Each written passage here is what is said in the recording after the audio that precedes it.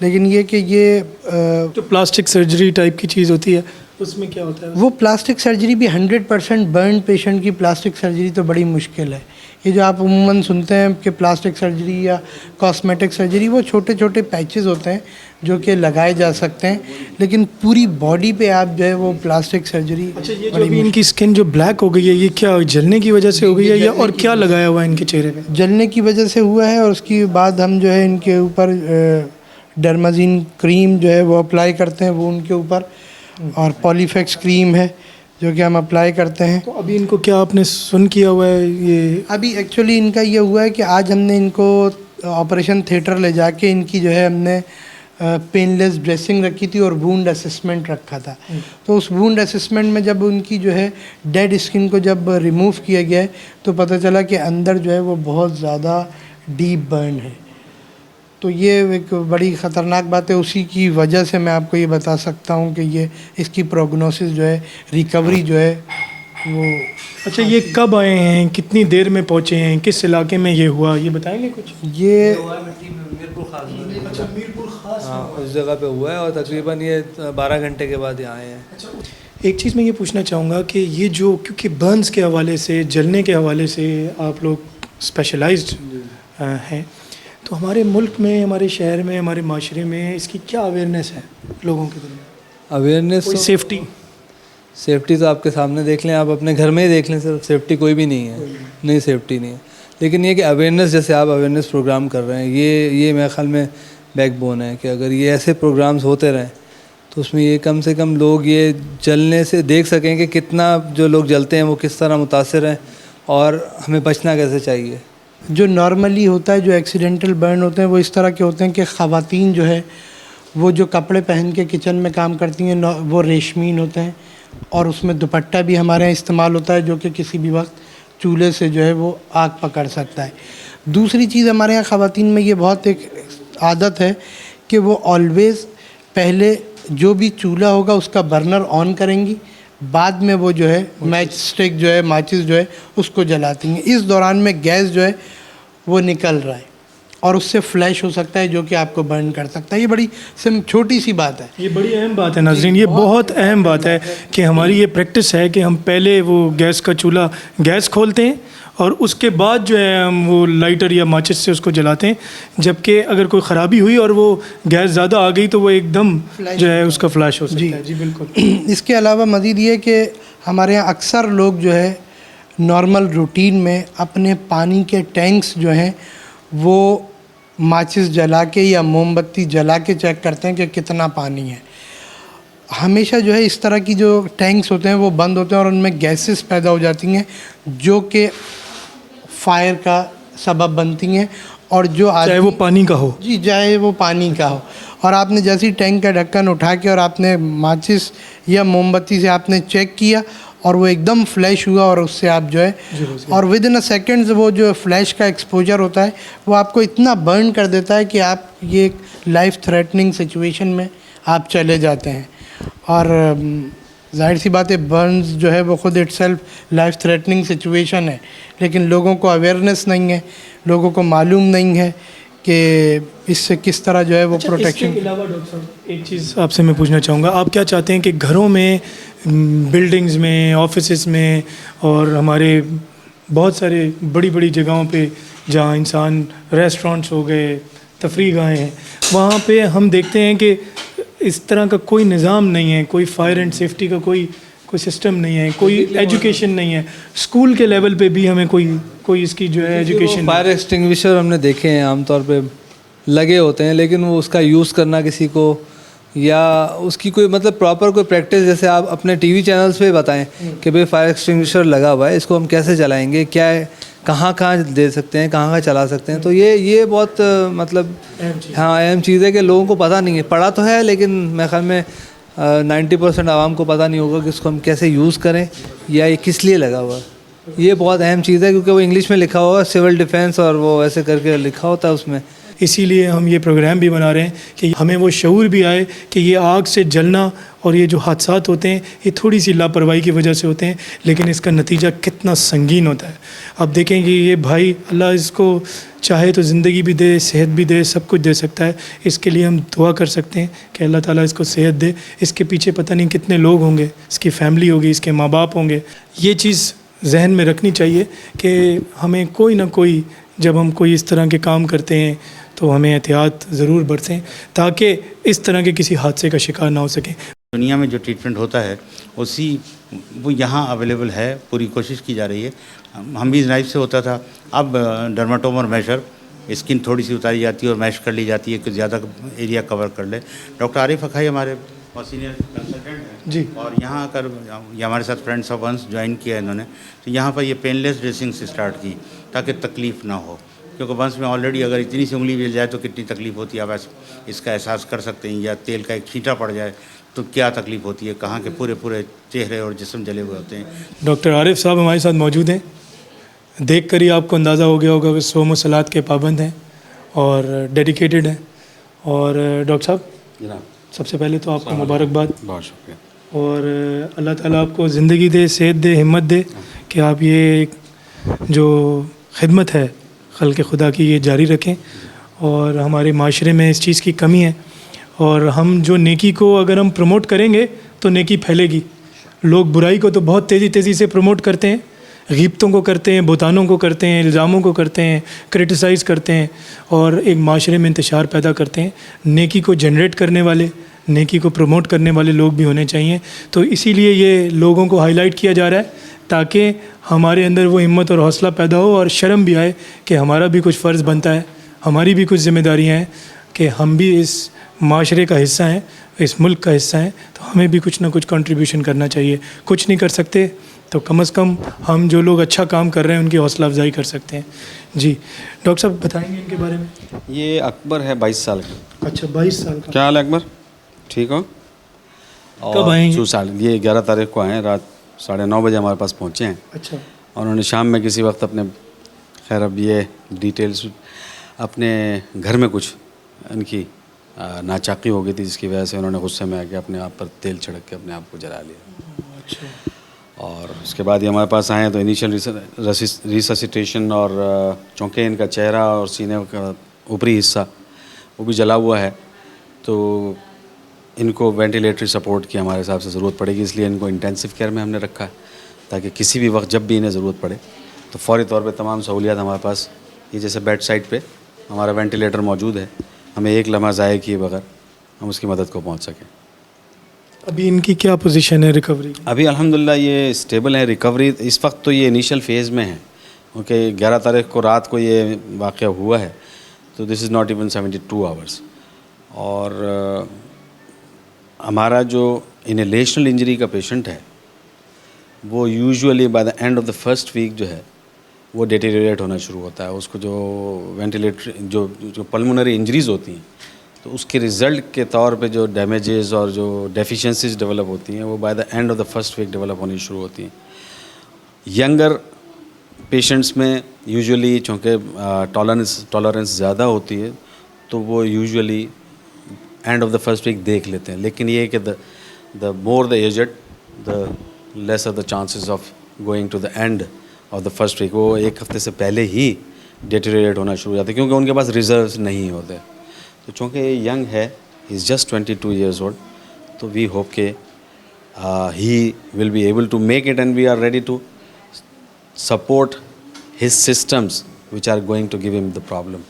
کیونکہ وہ انجریز جو برن انجریز جو ان کو چہرے پر آپ کو نظر آ رہی ہوں گی تقریباً کم و بیش ایسے ہی اثرات ان کی بہت ہی مہین اور جو نازک، جو باڈی کے جو سب سے نازک نظام ہے، پلمونری جو ریسپریٹری نظام ہے، جو تنفس کا نظام ہے، وہ اتنا ڈیلیکیٹ اور اتنا حساس ہوتا ہے، وہ بھی اس طرح جھلس چکا ہوگا، اندازہ یہ ہے ہمارا. اور اس کا بہرحال اس کا طریقہ کار یہ ہے کہ ہم برونکوسکوپی کے ذریعے اندر دیکھ سکتے ہیں. آپ نے کیوں کیا بیٹا یہ؟ اکبر جی کیوں کیا آپ نے یہ؟ بھائی سے لڑائی ہو گئی اس کی وجہ سے. بھائی سے لڑائی ہو گئی تھی تو آپ نے اپنے آپ کو جلا دیا؟ ایسے ہو کیا بات ہوئی تھی؟ جذبات ہو گیا ہوگا. ہاں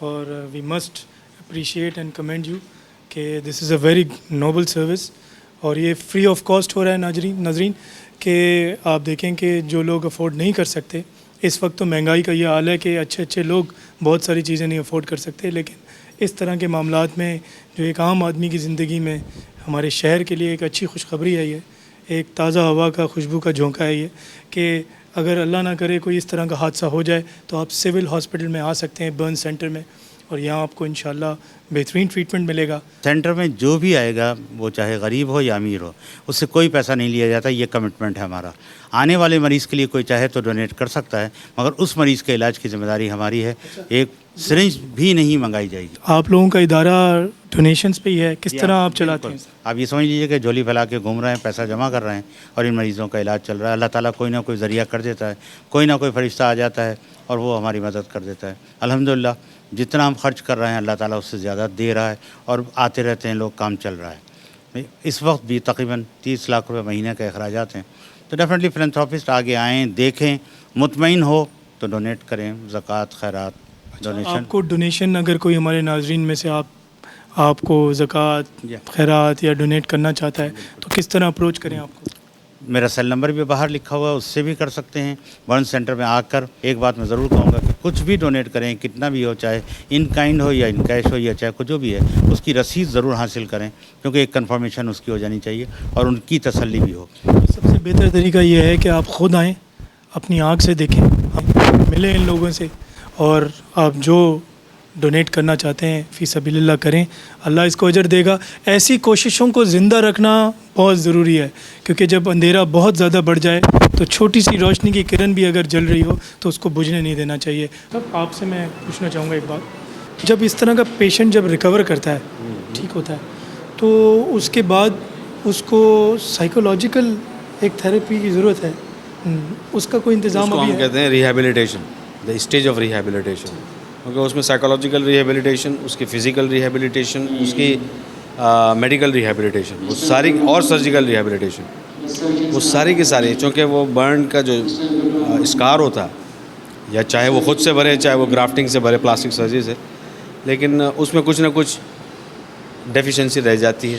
جب وہ ڈیفیشنسی رہتی ہے, بعض اوقات یہ ہوتا ہے کہ پیشنٹ کا جوائنٹ کانٹریکٹ ہو جاتا ہے, فکس ہو جاتا ہے, جوائنٹ چھڑانا, ہاتھ ڈیفارم ہو جاتے ہیں, چہرہ ڈیفارم ہو جاتا ہے, تو اس کو ریکنسٹرکٹ کرنا ہوتا ہے, اس کو ہم کہتے ہیں ریکنسٹرکٹیو سے. تو وہ ایک فیز آف ریہیبلیٹیشن ہے. اسی طریقے سے وہ پھر پروفیشنل اینڈ آکوپیشنل ریہیبلیٹیشن ہوتی ہے. اگر اس کے ہاتھ جل گئے ہیں اور وہ بہت ڈیلیکیٹ کام کرنے والا کوئی آدمی تھا, تو اب وہ اس لائق نہیں رہتا کہ وہ اس طرح کے ڈیلیکیٹ کام کر سکے, کیونکہ وہ 100% جو بہت باریک اور مہین قسم کی مسلز ہوتی ہیں اندر, وہ اپنا کام پوری طرح نہیں کر پاتی because of that ischemia they sustain. تو اس کو پروفیشنل آلٹریشن کرنی پڑتی ہے. اگر درزی کا مطلب کوئی کڑھائی والا ہے تو درزی کے کام پہ چلا جاتا ہے. تو اس طرح سے ووکیشنل جو ہے اس کی وہ ریہیبلیٹیشن. ایک چیز بتائیں کہ جب اس طرح کا جب خاص طور پہ جو لوگ جل جاتے ہیں, تو چہرہ جل گیا, تو وہ ایک نفسیاتی طور پر ان کی ایکسیپٹیبلٹی ہے, گھر والے ایکسیپٹ کرنا, معاشرے کا ایکسیپٹ کرنا. جب وہ خود مرر میں جا کے کھڑا ہوتا ہے, جب اپنی شکل وہ جا کے اپنے مرر میں دیکھتا ہے, تو he does not identify that person.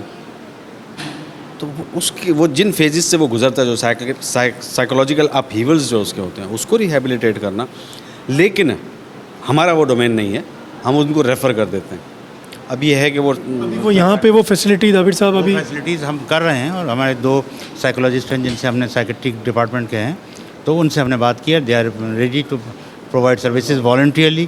تو وہ انشاءاللہ ڈاکٹر اقبال کھمانی اور ڈاکٹر اجمل کاظمی جو کاروان حیات کے ہیڈ ہیں, ان دونوں نے ہم سے یہ کہا ہے کہ وہ یہاں ٹائم دیا کریں گے ہفتے میں 2 دن, اور یہ تمام چیزیں کیا کریں گے. ایک چیز اور میں آپ سے یہ پوچھنا چاہ رہا تھا کہ برن سینٹر جو ہیں, جس طرح کا یہ سینٹر ہے, اس کی تعداد بڑھانے کے بجائے یہ شعور بیدار کرنا بہت ضروری ہے. کہتا ہوں کہ ہمارے برن سینٹر کی رسپانسبلٹی میں ایک چیز ہم سمجھتے ہیں کہ ہماری ذمہ ہے, FOBC کی میں بات کر رہا ہوں, وہ یہ ہے کہ اویئرنیس, مطلب contribution towards the society for burns prevention. یہ سب سے پہلا ایم ہے میری نگاہ میں, کم سے کم. اور میں سمجھتا ہوں کہ دبیر صاحب ہمارے اکثر اس پہ تذکرہ ہوتا ہے, یہ ول ناٹ ڈس ایگری, کہ پریونشن آف برنس جو ہے وہ سب سے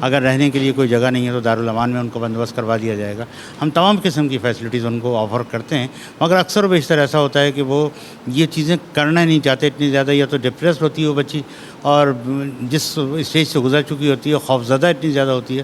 تو بہرحال ان کی کاؤنسلنگ کی جاتی ہے اور وقت کے ساتھ ساتھ وہ اس لیول پہ آتے ہیں کہ بتا بھی دیتے ہیں کہ کس طرح چلے. اچھا یہ بتائیں کہ آپ کے تجربے کی نظر میں کہ اتنے عرصے سے آپ یہ ادارہ بھی چلا رہے ہیں, کس طرح کے طرح کے کیسز آپ نے دیکھے ہوں گے, آپ کیا سمجھتے ہیں ہمارا معاشرہ کس طرف جا رہا ہے, اس کا حل کیا ہے؟ نہیں, اس کا حل تو پھر وہی ہے کہ جب تک ہم دوسرے کی بیٹی کو اپنی بیٹی نہیں سمجھیں گے تو بات نہیں بنے گی. صرف اس کا ایک یہ واحد یہ حل ہے کہ ماں باپ کو یہ سوچ لینا چاہیے کہ بھئی یہ بھی کسی کی بیٹی ہے اور ان کی بیٹی بھی کسی دوسرے گھر جائے گی. آپ دیکھیں کہ اللہ کے رسول صلی اللہ علیہ وسلم کی تمام سنتیں اللہ کو محبوب ہیں, لیکن آپ صلی اللہ علیہ وسلم کی کچھ سنتیں ایسی ہیں جس سے معاشرہ زندہ ہوتا ہے, گھر زندہ ہوتا ہے, گھر گھرستی میں خیر و برکت آتی ہے, ملک میں قوم کے اندر انسانیت آتی ہے. تو کہنے کا مقصد یہ ہے کہ وہ سنتیں کیا ہیں؟ صبر ہے, شکر ہے, قناعت پسندی ہے, عاجزی ہے, انکساری ہے, عدل و انصاف ہے, ظرف کا مظاہرہ کرنا ہے, درگزر کرنا ہے, احسان کرنا ہے. یہ وہ سنتیں ہیں کہ جس سے کسی بھی وقت ایک آئیڈیل معاشرہ, ایک آئیڈیل گھر, ایک آئیڈیل قوم وجود میں آ سکتی ہے. لیکن ہم نے افسوس کے ساتھ ہم ان سنتوں تو دور کی بات ہے, ان کو صرف پڑھنے کی حد تک بھی ہم اب بالکل بس صرف ایک تذکرہ کرتے ہیں, ایک قصہ سناتے ہیں, لیکن اس کو اپنانے کی کوشش نہیں کرتے. تو اس سلسلے میں جو پریونٹیو آسپیکٹس ہیں برنس کے, اس سلسلے میں کچھ کہنا چاہوں گا. وہ یہ ہے کہ جو گھریلو حادثات ہوتے ہیں اس میں بہت آسانی سے ہم بچ سکتے ہیں. گھریلو حادثات میں جو شکار ہوتے ہیں گھریلو حادثات کا, وہ اکثر بچے ہوتے ہیں اور عورتیں ہوتی ہیں. عورت وہ جو کچن میں کام کر رہی ہے, بچہ وہ جو کچن میں ماں کو معلوم نہیں ہے اور وہ کرال کرتا ہوا یا بھاگتا ہوا کچن میں آ گیا. ماں بھی ڈیمیج مطلب وہ انجر ہوتی ہے اور بچہ بھی انجر ہوتا ہے. ہوتا یہ ہے کہ ماں اپنے کچن میں کام کر رہی ہے اور بچہ اس کی نادانستگی میں وہ داخل ہو گیا. ماں پیچھے ہٹ رہی ہے کسی وجہ سے اور وہ اس کے اوپر سے الٹ گئی. اس کے ہاتھ میں گرم پتیلا تھا, وہ خود بھی جلی بچے کے اوپر. تو کچن کے اندر بچوں کا داخلہ ناممکن بنا دینا چاہیے. اس کا طریقہ ہم دیکھتے تھے پہلے کہ وہ کچھ تختے دروازے سے آگے لگا دیا کرتے تھے. ایک سلاٹ بنتا تھا, اس میں وہ تختے فٹ ہو جاتے تھے جو کہ کسی بھی وقت نکالے جا سکتے ہیں. تو ایک چھوٹا سا پارٹیشن بن جاتا تھا جس کے اوپر سے بچہ اندر نہیں داخل ہو سکتا. اسی طریقے سے بچہ باتھ روم میں ہے تو ان اٹینڈڈ نہیں ہونا چاہیے. ٹھیک ہے. اچھا, صرف یہ جلنے ہی کے معاملات نہیں ہیں, کیمیکلز بھی ایسے کچن میں پڑے ہوتے ہیں.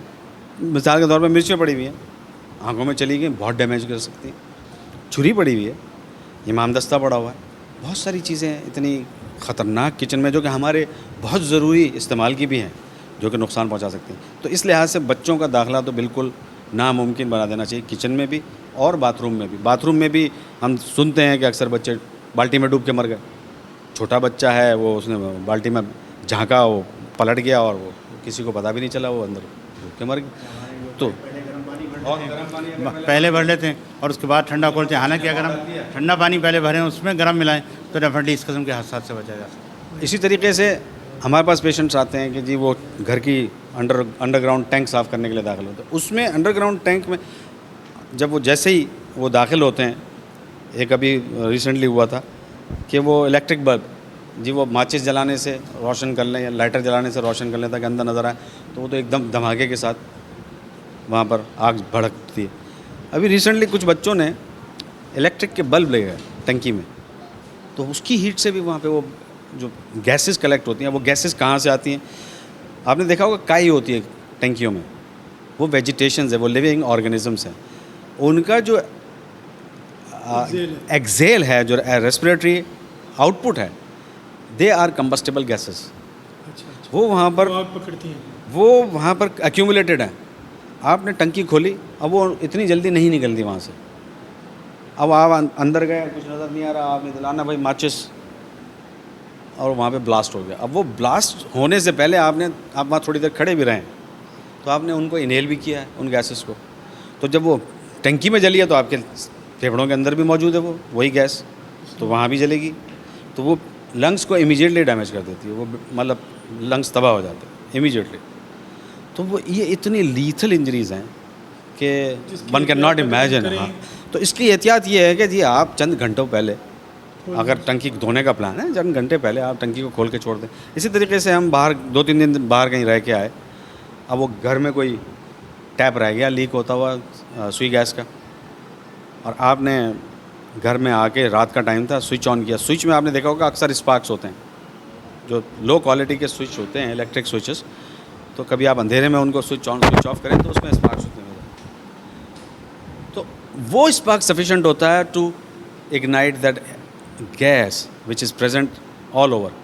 تو اس میں احتیاط کا تقاضا یہ ہے کہ اگر ہم یہ پروموشن ہماری اگر میڈیا کے ذریعے سے ایجوکیشن کے طور پہ ہو جائے کہ داخل ہونے کے ساتھ ہی دروازہ بند نہیں کرنا ہے, کھڑکیاں مطلب لائٹس آن کرنے سے پہلے ساری کھڑکیاں کھول دینی آگے پیچھے کی, تاکہ کراس وینٹیلیشن ہو جائے, جتنی گیس موجود ہے اندر وہ نکل جائے یا اس ڈائلیوٹ ہو جائے, اور پھر سوئچ آن کریں. اور اگر اپنے پاس ٹارچ کیری کریں, آج کل تو موبائل میں ٹارچ آ رہی ہے, کوئی مشکل ہی نہیں ہے, تو ٹارچ آن کر کے اندر داخل ہوں اور ساری کھڑکیاں دروازے کھول کے اس کے بعد گھر کی لائٹس آن کریں, اس سے پہلے لائٹس آن نہ کریں. یہ بہت زبردست اور مفید مشورے تھے, اور ان مشوروں کو اگر ہم علم کا حصہ بنائیں, اپنے شعور کا حصہ بنائیں, تو اس قسم کے حادثات سے ہم بچ سکتے ہیں, اور یہی ضرورت ہے.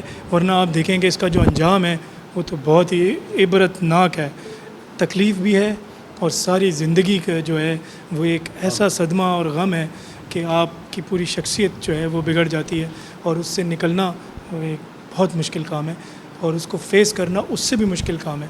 اس لیے ہم اگر احتیاط کریں گے تو prevention is better than cure. اگر ہم احتیاط کریں تو اس طرح کے حادثات سے ہم بچ سکتے ہیں. آپ لوگ آئے اور آپ کا چینل نے یہ اس کو سلیکٹ کیا اور آپ اس کو پروموٹ کر رہے ہیں, جو انسانیت کی بہت بڑی خدمت ہے. بس یہ بہت this is what is required. This is what is یہ ٹیم کریں گے, سب پورا معاشرہ ملے گا تو جبھی. اور اسی طریقے سے والنٹیئرس کو آنا چاہیے آگے. ٹھیک ہے, کچھ وقت نکالیں, مہینے میں, ہفتے میں, جب بھی کچھ وقت نکال سکتے ہیں اور یہاں آ کر ہمارے ساتھ جوائن کریں. They should be friends of one centre. خاص طور پہ یوتھ کو جو کالجز آپ کے میں پڑھ رہے ہیں اور چھٹیاں ہوتی ہیں, آپ آئیں, تھوڑے دن آئیں, ادھر آ کر ایز اے والنٹیئر کام کریں. یہ بہت بڑی نیکی ہے, اور اللہ کہتا ہے کہ جو ایک نیکی کے ساتھ آتا ہے اللہ اس کی مثل 10 نیکیاں دیتا ہے. تو اللہ تعالیٰ خیر و برکت سے, فضل سے آپ کے گھر, آپ کی زندگیاں منور کر دے گا. یہ کنٹریبیوشن کی ضرورت ہے نیکی اور بھلائی میں تعاون کرنے کی. ہماری دعا ہے کہ یہ سینٹر خالی پڑا رہے, کوئی نہ آئے, اللہ سب کو محفوظ رکھے. مگر یہ ہے کہ کہتے ہیں مگر ہوتا نہیں ہے ایسا. جب یہ اویئرنیس اور اس قسم کی چیزیں ہوں, اور میرے خیال ہے سب اگر معاشرہ مل کر اس پر کرے اور ساتھ ہمارے جوائن کرے تو ڈیفینیٹلی ایسا بھی ہو جائے گا. ڈاکٹر صاحب ایک چیز میرے ذہن میں بھی آئی, جس طرح کہ آج کل یہ دہشت گردی کے واقعات ہوتے ہیں, تو یہ ٹریٹمنٹ کے لیے بھی آپ لوگوں کا ہاسپٹل موضوع ہے؟ کیوں نہیں, مطلب جو برن انجریز ہیں اس کے لیے تو ڈیفینیٹلی, لیکن اس میں جو ساتھ ایسوسیٹڈ بلاسٹ انجری ہوتی ہے اس میں اگر کوئی فزیکل ڈیمیج ہے تو وہ سرجیکل ڈپارٹمنٹ انوالو ہوتا ہے. اور اس میں آپ لوگ نہیں ہیں؟ اس میں نہیں, پیلیٹ انجریز میں, اور مطلب جو پینیٹریٹنگ یا یہ سالڈ آرگن یا سافٹ آرگن انجری جو ہے, اسکن انجریز میں جو ہے وہ ہم لوگ, ہاں اوبیسلی, ہاں. یعنی کوئی اس قسم کے اللہ نہ کرے اللہ ہمارے ملک کو محفوظ رکھے ان حادثات سے, لیکن اگر اس طرح کے واقعات میں بھی اس برن سینٹر میں رجوع کیا جا سکے, پہلی جگہ ہے, فوراً آنا چاہیے تاکہ وہ ڈائریکٹلی یہاں پر آئیں, بجائے اس کے کہ مختلف جگہوں سے ہو کر آئیں اور انفیکٹڈ ہوں, وہ ڈائریکٹلی یہاں پر آئیں. اور ڈیفینیٹلی جو کہا کہ پیسہ کوئی بھی چارج نہیں ہوتا, کتنا ہی اخراجات ہوں ان سے کوئی پیسہ نہیں لیا جائے گا. Thank you so much doctor صاحب, thank you so much doctor صاحب.